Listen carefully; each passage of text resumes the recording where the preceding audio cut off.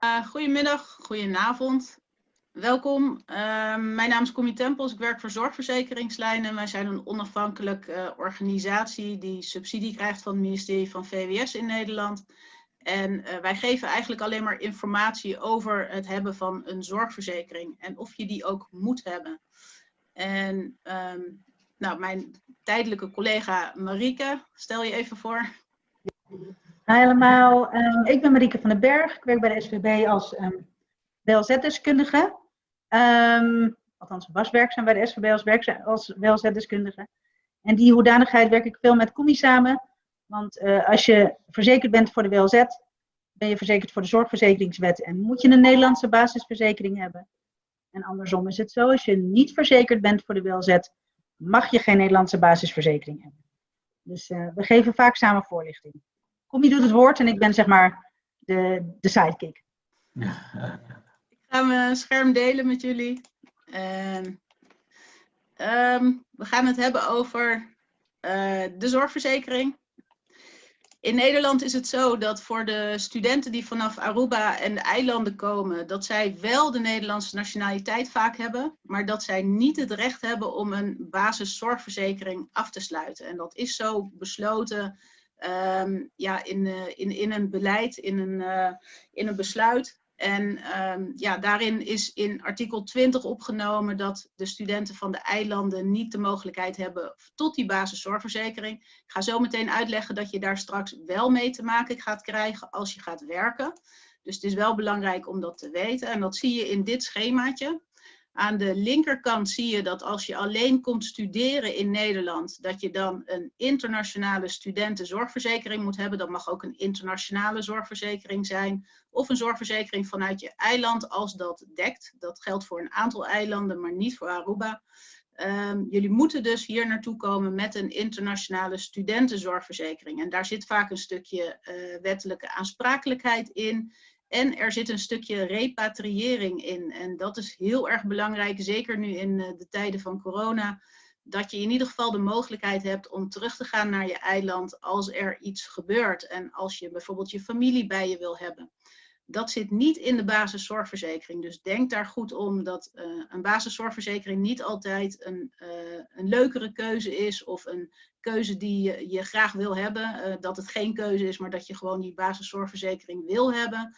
Dan mis je ook een stukje van de zekerheid die je nu krijgt met een internationale zorgverzekering. Kom je hier om te studeren en stage te lopen? Nou, dat zal voor de meesten op dit moment nog niet zo zijn. Maar mochten jullie straks stage gaan lopen, dan is het zo dat het in Nederland gekoppeld is aan het minimuminkomen. Dus heb je een stagevergoeding die gelijk is aan het minimuminkomen in Nederland, dan moet je een basiszorgverzekering afsluiten. Zit je daaronder met je stagevergoeding, dan blijf je bij je internationale zorgverzekering.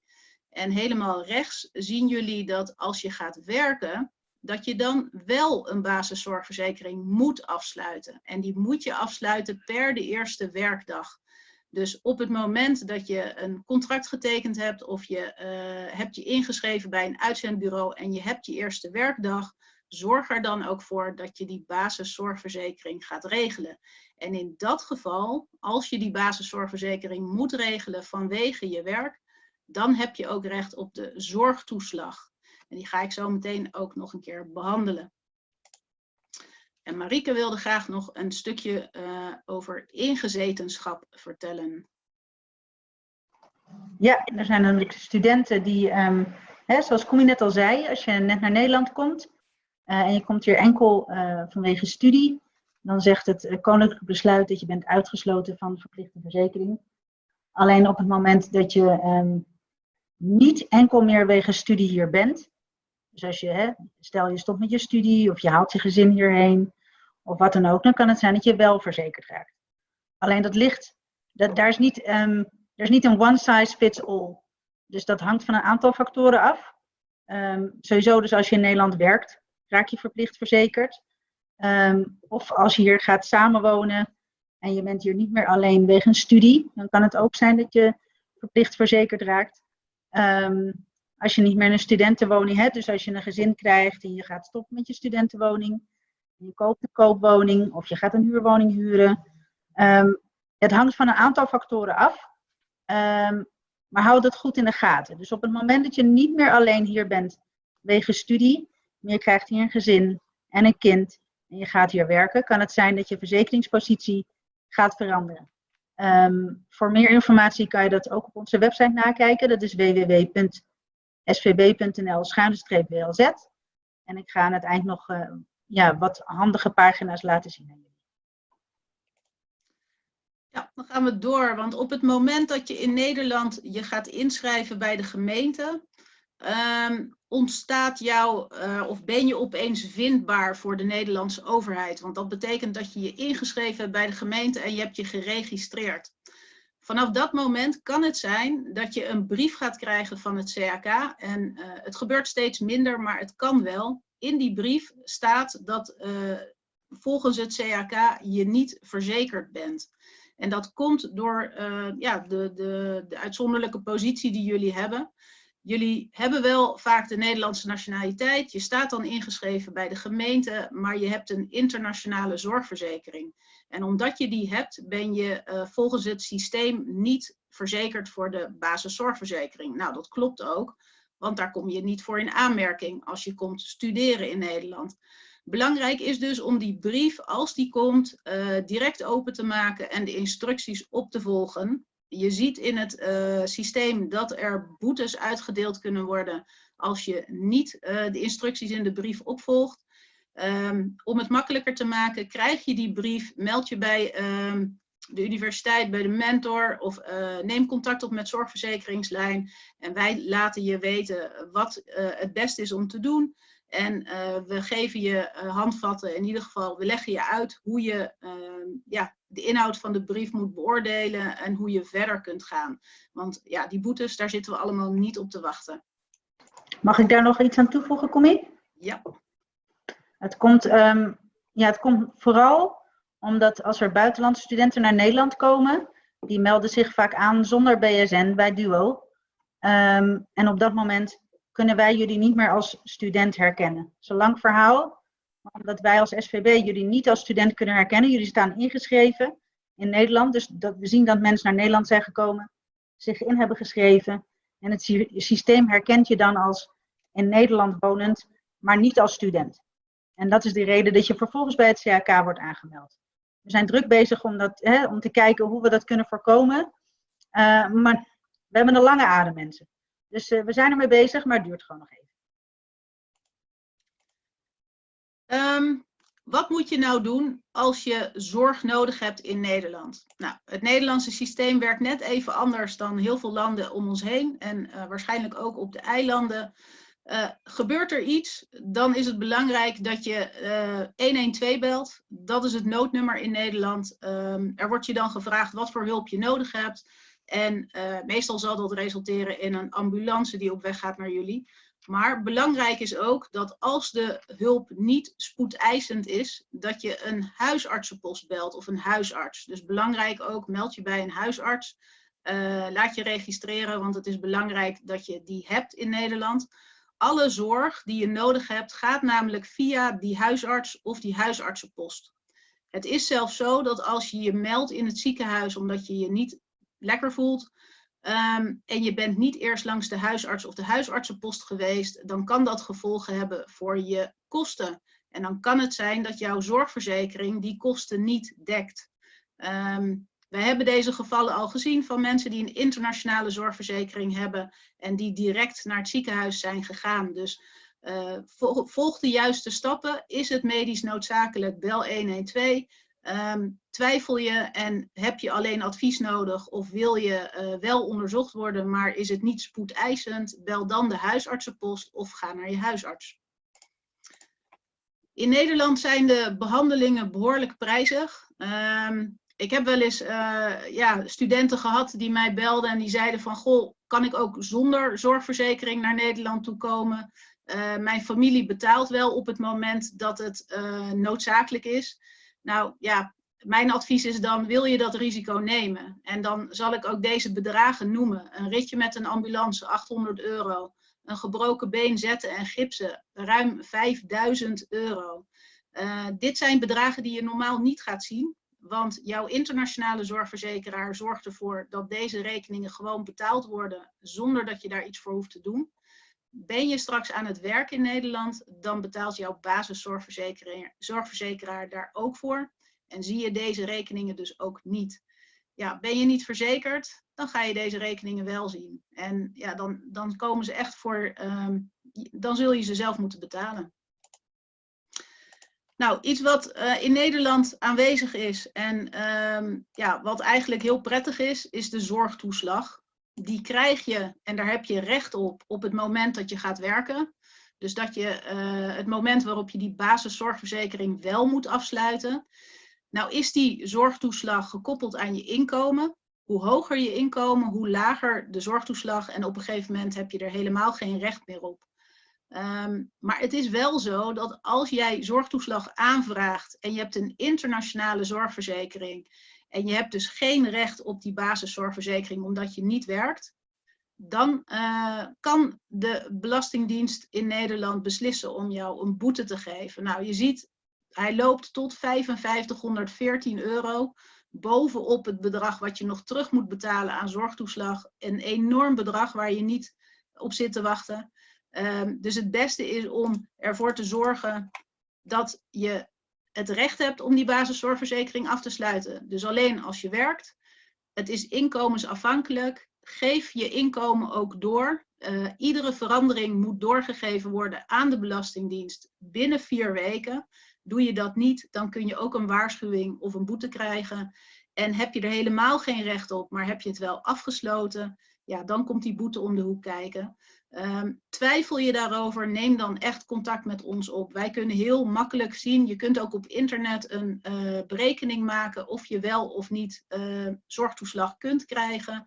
En bij Zorgverzekeringslijn weten we wie er wel in aanmerking komt en wie niet. Dus zorg ervoor dat je contact met ons opneemt als je twijfelt. Wij hebben samen met Aruba Huis sinds 2 jaar alweer een digitale flyer. Ik zal de link zo meteen in de Q&A zetten als dat kan. En anders kan James die misschien later doorsturen. Je vindt hem op onze Engelstalige pagina zvl.tips. Daar staat eigenlijk alles in wat ik net besproken heb. Dus ga je werken, ga je niet werken? Wat moet je doen als je wel gaat werken? Wat moet je doen als je die brief van het CAK krijgt? Wat moet je doen als je twijfelt? Welke instanties heb ik nodig? Ja, eigenlijk staat alles erin wat de zorgverzekering betreft. Download hem ook, leg hem ergens neer, print hem uit, hang hem aan je memo-bord straks in je kamer. Belangrijkste, wij zijn gratis, bel ons gratis, chat gratis met ons, neem gewoon contact met ons op. Want ja, we hebben best wel veel studenten al kunnen helpen, ook met problemen als je straks tegen dingen aanloopt met je basiszorgverzekeraar, of je twijfelt, of er komt een rare rekening binnen, of je kunt je rekeningen niet meer betalen, ook belangrijk. Daarvoor hebben we een telefoonnummer, je kunt ons nu al bellen vanuit het buitenland, ja, morgenochtend vanaf 9 uur in Nederland weer. We hebben een chatfunctie op onze website, dus maak er ook gebruik van. Je mag mailtjes sturen, je mag mij ook bellen. Ja, doe er wat mee en neem contact op. Dat is het allerbelangrijkste. De digitale flyers, we hebben er nog meer ook over corona in Nederland, et cetera. Die staan op onze Engelstalige website. En Marieke die wil nog iets zeggen over wat je moet doen ja, als je het even niet weet qua zorgverzekeringswet of je verzekeringsplicht. Ja, dankjewel Commie. Ik wil u toch ook even wijzen op onze website. Stel je komt naar Nederland en je denkt, of je bent al in Nederland en je denkt, hoe zit het nou? Ik ga even proberen om mijn scherm te delen. Ik hoop dat het lukt. Ik hoor graag van jullie. Of dat, even kijken. 1, 2. En dan ga ik. Zien jullie mijn scherm? Ja. Oké, top. Je hebt hier de website van de SVB. Dat is www.svb.nl/WLZ.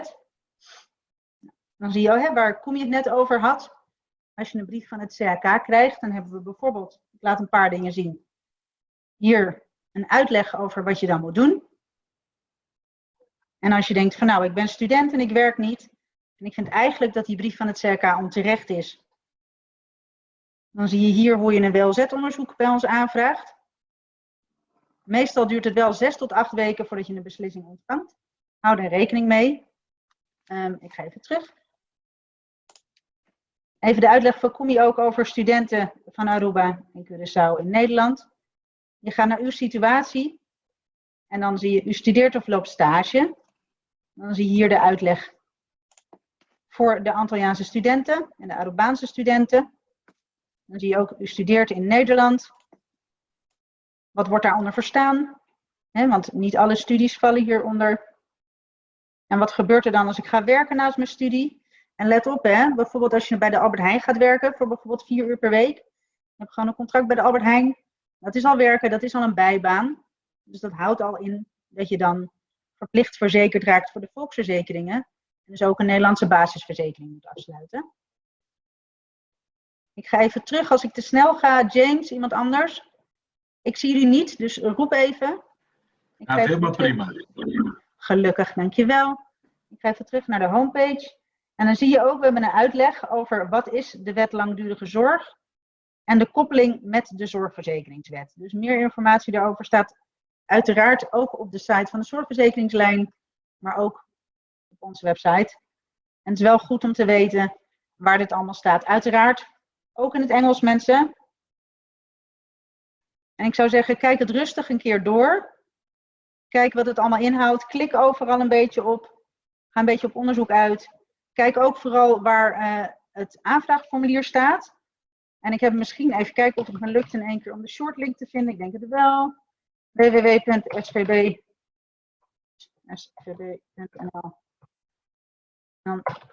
Oeps. Ik doe hem even in het Engels. Als je www.svb.nl doet, _WLZ en dan application, dan zie je hier het aanvraagformulier. Ik ga nog het laatste wat ik wil doen, is even laten zien hoe wij bepalen, inderdaad, Kumi had het al aan de slide staan, of je, wanneer ben je nou ingezeten in Nederland? Nou, dat bepalen we onder andere aan de hand van deze gegevens. Nogmaals, dat staat al bij Kumi erin, maar je ziet ook waar je dat bij ons op de website kan vinden. Wat mij betreft, dit was het voor mij. Ik denk dat ik nu wel genoeg gegevens heb gedeeld. Jullie weten in ieder geval waar je het kan vinden, dat is wel belangrijk. En dan weet je ook wat Kumi zegt, is allemaal terug te vinden ook op onze website. En we bespreken ook alles met elkaar, dus alles wat bij de zorgverzekeringslijn op de website staat, dat wordt met ons besproken. Dus dat is wel belangrijk om te weten. Kumi, de floor is yours weer. Nou, dan gaan we eigenlijk naar de laatste slide. En dan wil ik jullie hartelijk bedanken voor de aandacht. En vooral op jullie hart drukken. Kom je in de problemen qua zorgverzekering? Twijfel je? Heb je het idee dat je niet goed behandeld wordt met de zorgverzekeraar waar je bij zit? Heb je überhaupt ideeën of twijfels of wat dan ook? Neem gewoon contact met ons op. We zijn er voor jullie en we zitten ook klaar. Ja, ik hoop dat jullie contact met ons opnemen. Ik hoop jullie snel aan de telefoon te hebben ook. Goed dat je het zegt, want ik was even de contactpagina vergeten. Die hebben wij uiteraard ook. Bij de WLZ-pagina onderaan zie je contact. En dan zie je dat je met ons kunt whatsappen, e-mailen en wat dan nog meer. Heel mooi. Nou, heel erg bedankt Kumi en Marieke voor de zeer waardevolle informatie. Ik kan me voorstellen dat het voor de studenten heel complex is, heel veel informatie is. En ook het is overwhelming. Het is de eerste keer dat ze hiermee te maken zullen krijgen. Op Aruba is het iets eenvoudiger geregeld. De studenten, zodra ze geboren worden, worden ze automatisch ingeschreven en zijn ze automatisch verzekerd via ons AZW, zoals het op Aruba heet. En daar hebben de studenten eigenlijk niet veel omkijken naar. Dus ze zijn er ook niet mee bezig. Dus dit is heel veel informatie, maar wat heel belangrijk is, alle links, alle informatie, het informatieblad waar Kumi naar verwees, we hebben alles op de pagina Studia na Holanda van Directie Onderwijs. Dus als je naar ea.nw gaat, Studia na Holanda, daar hebben we een speciale pagina helemaal ingericht over het onderwerp verzekering in Nederland. Dus daar kun je de links van de SWB terugvinden, de links naar zorgverzekeringslijn, maar ook de link naar de verzekeraar Insure to Study. met dekkingsoverzicht, polisblad, etc. Dat kun je allemaal daar terugvinden. En ook het informatieblad wat we samen hebben opgesteld uiteraard. Ik schakel even over naar het papiamento. Estudianten da Sigurape Proves 5 lunas. Esta collega Sharin Cruz Alubidadi mencionada na comienzo. De studenten zijn allemaal verzekerd automatisch verzekerd de eerste 5 maanden via een collectiviteit via een Aruba-lening. Dat is gedaan. Essa é agora assim para estudiantes não tem de preocupar para a parte seguro da chegada da Holanda. Então, por 5 lunas não pode segurar coisa é polícia para ano. Então, por 5 lunas não vai pagar door die Aruba-lening e a seguinte luna dan, dus wanneer januari 30 por mês paga por seguro tot 54,50. Dus wat ik vertelde is, de verzekering is afgesloten voor een jaar. Maar de eerste 5 maanden zijn ingehouden van de Aruba-lening. Dus die zijn al betaald. Dus daar hoef je niet zorgen om te maken als student. Maar vanaf januari moet je dat zelf wel gaan betalen. En niet vergeten, want we zien er veel studenten die dat vergeten om te doen. En dan ben je niet verzekerd als jou iets overkomt. Dus dat is heel belangrijk. Tijdens de opvangweek, als je eenmaal hier bent, want nu heb je heel veel aan je hoofd, want die hobby de bocabes, eenmaal hier in Nederland, tijdens de opvang krijg je weer informatie over verzekering, krijg je weer informatie en met name specifiek over de huidige verzekeraar, wat het allemaal dekt en wat het niet dekt en waar je allemaal rekening mee moet houden en hoe je moet declareren, etc. Want dat moeten je straks allemaal zelf doen. Het gebeurt niet altijd automatisch, maar nu heb je daar straks zelf mee te maken. Maar daar zal de nodige aandacht aan worden gegeven tijdens de opvangweek door de mentoren en de opvangcommissies. En er zal ook aandacht worden gegeven voor informatie. Hoe kun je komen aan een huisarts? Hoe kun je komen aan een tandarts bijvoorbeeld? Dus we hebben echt aan de mentoren gevraagd om daar aandacht aan te besteden tijdens de opvangweek. Kumi, Marieke, nogmaals heel erg dank. Jullie blijven nog voorlopig met ons achter de schermen. This is your chance. Aan alle studenten en ouders die ook meekijken, meeluisteren. Stel jullie vragen over verzekering. Het is een complex onderwerp. Er zijn heel veel details waar je rekening mee moet houden. Zeker als je vanuit de Cariben komt. Dus nu is je kans om alle vragen te stellen. Het kan nog via de Q&A tussendoor. Dus alsjeblieft, maak goede gebruik van de gelegenheid. En nogmaals dank aan Zorgverzekeringslijn en SVB.